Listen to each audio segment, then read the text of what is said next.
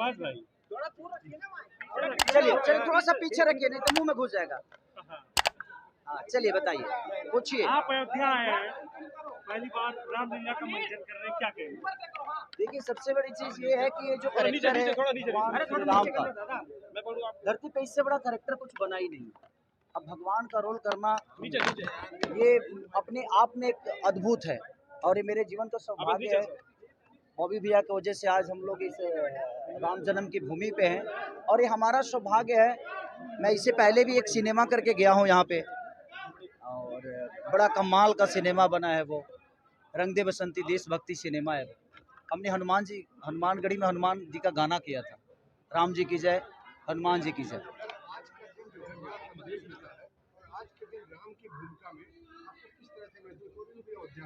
वही तो मैं कह रहा हूँ, मैं जिंदगी में कभी सोचा भी नहीं था कि जिस राम ने हमें जन्म दिया, कभी उनके रोल में हमें खड़ा होना पड़ेगा।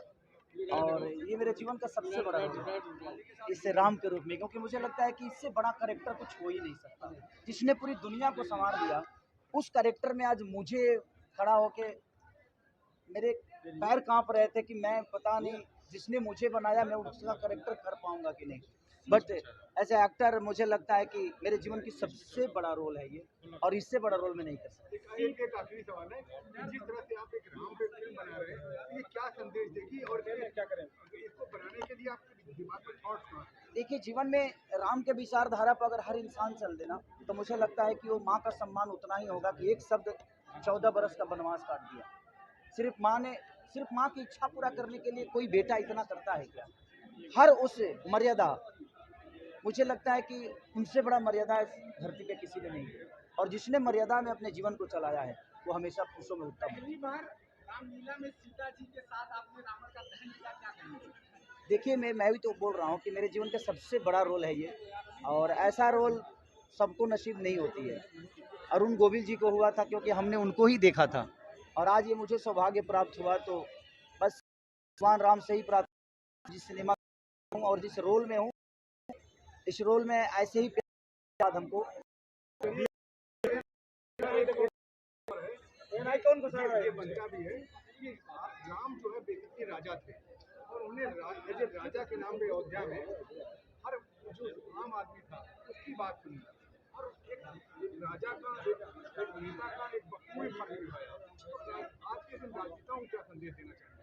देखिए नाम की बात देखिए अगर आप अपने राज्य की भूमिका को समझते हैं तो उससे बड़ा उत्तम कुछ चीज़ होती नहीं है, क्योंकि राज्य का प्रॉब्लम आपकी प्रॉब्लम है, और जो ये आदमी समझ गया, मुझे लगता है कि वो राम की तरह जीवन को चला सकता है, और उसे भी दुनिया राजा राम की तरह ही प्यार करेगी। बिहार का और यूपी का, अयोध्या का बहुत पुराना रिश्ता है, और सीता सहित और लक्ष्मण सहित आज पहली बार बड़ी मंचन कर रहे हैं, और अयोध्या की रामलीला में इस पे आप क्या कहेंगे? देखिए मैं सीता के बिना बिहार के बिना यूपी अधूरा है, और यूपी के बिना बिहार अधूरा है। तो कहीं ना कहीं हम दोनों का ससुराल और मैके का रिश्ता है। तो जैसे राम जी का ससुराल हमारे यहाँ है, तो हमारी सीता जी का ससुराल आपके यहाँ है। तो ये तो बड़ी रिश्तेदारी है कि दो धरती के ऐसे इंसान, जो रामायण मुझे लगता है कि ग्रंथ में सबसे ऊपर कहा जाता है रामचरितमानस को, और उस रामचरितमानस को प्रेजेंट करने का बस दो ही जगह है, एक यूपी और एक बिहार।